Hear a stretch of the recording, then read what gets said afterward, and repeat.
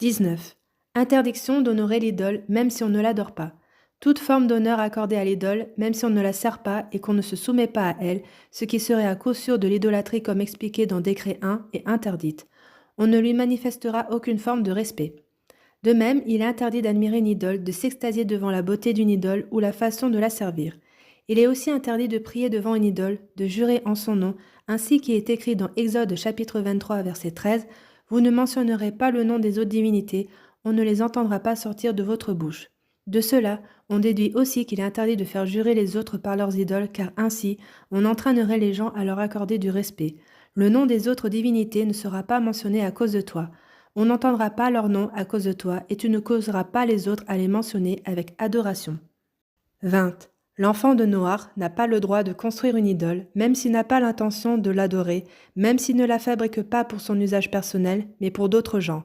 C'est ce que la Torah décrit ainsi dans Exode chapitre 20 verset 4, « Tu ne feras pas pour toi une idole ou toute image », ou encore dans Lévitique chapitre 19 verset 4, « Vous ne ferez pas pour vous des idoles de métal ». Il est interdit de sculpter une idole de forme humaine ou de forme d'ange juste pour l'art, ainsi qu'il est écrit dans Exode chapitre 20 verset 20, « Vous ne ferez pas avec moi des idoles d'argent et d'or », c'est-à-dire des formes artistiques qui se tiendraient avec moi, à côté de moi, car cela entraînera très probablement de l'idolâtrie. 21. L'enfant de Noach n'a pas le droit de réparer ou d'établir des objets de culte idolâtres. Non seulement il ne doit pas façonner des idoles, mais il ne doit pas non plus fabriquer des objets pouvant servir au culte de l'idole, quel qu'il soit. Donc il ne plantera pas des arbustes qui servent à l'idolâtrie, que certains adorent comme s'ils étaient des idoles ou qui ont une forme spéciale pouvant servir les idolâtres. Par exemple, un arbre planté à côté d'un autel idolâtre pour augmenter sa beauté ou pour offrir ses fruits ou son feuillage en sacrifice à l'idole. De même, l'enfant de Noach n'aura pas le droit d'ériger une matseva, un bâtiment ou une colonne ou tout autre signe remarquable dont le but est d'inciter les gens à venir adorer l'idole ou de rendre publique la présence d'une idole.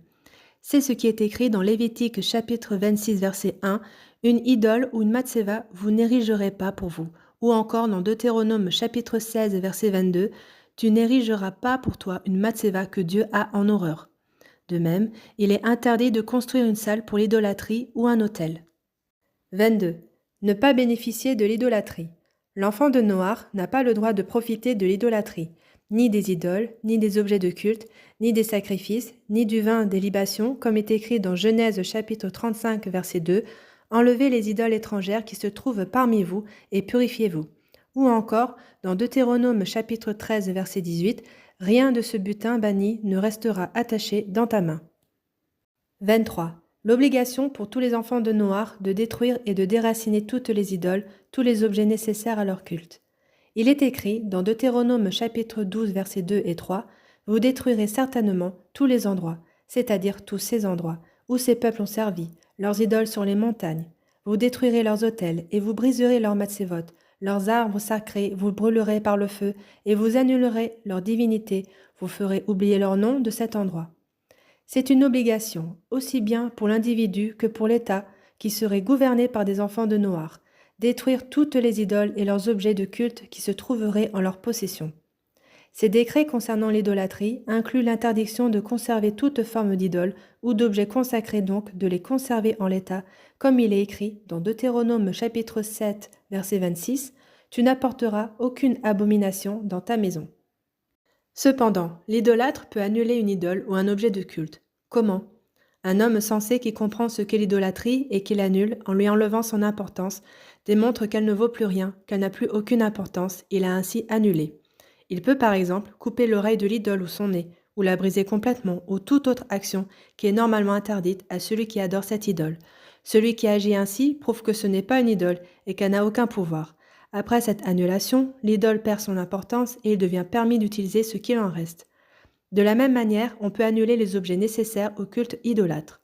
Il me semble qu'un enfant de Noach, reconnu comme tel, qui croit en Dieu et accomplit les 7 lois, serait apte, selon la loi de la Torah, à annuler les idoles et leurs objets de culte pour qu'on puisse s'en servir pour un usage normal. Mais il me semble que ce ne serait pas vraiment digne d'un chassid d'accepter qu'un homme cachère comme lui annule cette idole. L'essentiel de l'annulation doit être accompli par ceux qui adorent cette idole et qui maintenant veulent l'annuler. 24. Un enfant de Noach n'a pas le droit de suivre les mœurs des idolâtres, de se conduire comme eux dans leur adoration des idoles, par exemple, user de magie, de sortilège, de nécromancie, questionnement auprès des morts, etc. C'est ce qui est écrit dans Lévitique chapitre 18, verset 3, « Vous ne marcherez pas dans leurs coutumes » ou encore dans Deutéronome chapitre 18, versets 9 à 12, « Tu n'apprendras pas à agir selon les abominations de ces peuples, il ne se trouvera pas parmi toi quelqu'un qui fait passer son fils ou sa fille dans le feu, de l'idole Moloch, qui pratique des sortilèges, de la divination, de la sorcellerie, de la nécromancie, car quiconque agit ainsi pratique des abominations. » De même, il est interdit de se tatouer ou de se brûler une partie du corps comme le font les idolâtres pour leur culte, ainsi qu'est écrit dans Lévitique chapitre 19 verset 28, « Une entaille pour un mort, c'est-à-dire en signe de deuil, vous ne ferez pas sur votre chair, et vous ne pratiquerez pas de tatouage sur votre chair. » Bien que ce verset évoque des pratiques de deuil, les sages les ont égalées aux pratiques idolâtres, car l'idole est aussi appelée mort. De là, on apprend qu'il ne convient pas à un enfant de Noach de se taillader ou de se tatouer en l'honneur d'un mort.